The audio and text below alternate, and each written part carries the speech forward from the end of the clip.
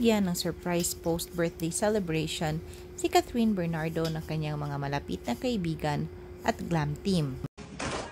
Pero mas sorpresa ang kanyang mga kaibigan sa nangyari dahil hindi pala si Catherine Bernardo ang unang pumasok sa establishment. Pero hindi naman ito naging kabawasan o hadlang sa sorpresang nadama ni Catherine. Isang linggo na ang nakaraan nang mag-celebrate ng bonggang party si Catherine Bernardo sa El Nido, Palawan. Pero tuloy pa rin ang kanyang mga kaibigan sa pagbigay ng surprise birthday party kahit na ang karamihan sa dumalo sa gabing yon ay nandoon din sa yacht party ni Catherine sa Palawan. Masayang nag-iinuman ang mga bisita at pati ang ina ni Catherine Bernardo ay hindi nakaligtas at pinainom rin.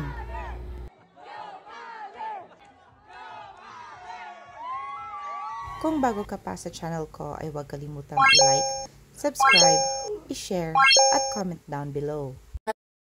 Sa surprise birthday celebration na ito ay mas nagulat ang mga netizens nang biglang dumating si Alden Richards na bitbit ang napakalaking red bouquet at ang kanyang regalo na baccarat.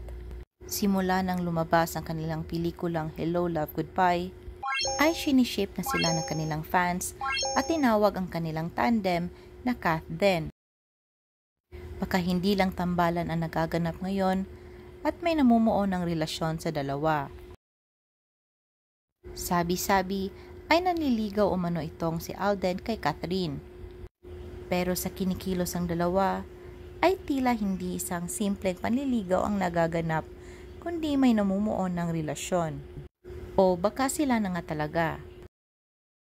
Sinabi ni Catherine sa isang panayam na talagang chapter closed na.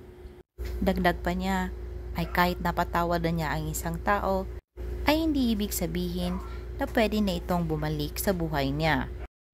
Kaya binigyan ng kahulugan ng mga netizens ang mga sinabing yon ni Catherine dahil may bago na pala sa kanyang puso at ito ay walang iba kundi si Alden Richards. Sa mga video na kuha ng mga bisita ay ibang closeness ang ipinapakita ng dalawa. Napakahigpit ng kanilang yakapan at napakaklingi pa ni Alden kay Kath. Masayang-masaya naman ang mga netizens para kay Kath. At kilig na kilig naman ang kanilang mga tagahanga. Pero ang mga Kathniel at Aldab fans ay patuloy pa rin sa pagbash. Cloud chaser daw itong si Alden at damaged good naman daw itong si Kath. Rumesbak naman ang kanilang mga tagahanga sa kanila dahil hindi na nila kailangan umano ang isa't isa para sumikat dahil pareho naman silang sikat ngayon. Pareho din silang may maraming endorsements at may kanya-kanya ding mga investments. Ayon sa bandera ay hindi natuloy ang Hello, Love, Goodbye Part 2 dahil hindi raw pumayag si Daniel Padilla. Sa birthday ni Kath sa Palawan ay hinarana siya ni Alden Richards kaya laking gulat ng mga fans at netizens dahil first time umanong ginawa ni Alden ito. Komento ng mga netizens ay para ibangon muli ang Kath Den tandem dahil itutuloy na raw ang kanilang future project na Hello, Love, Goodbye Part 2.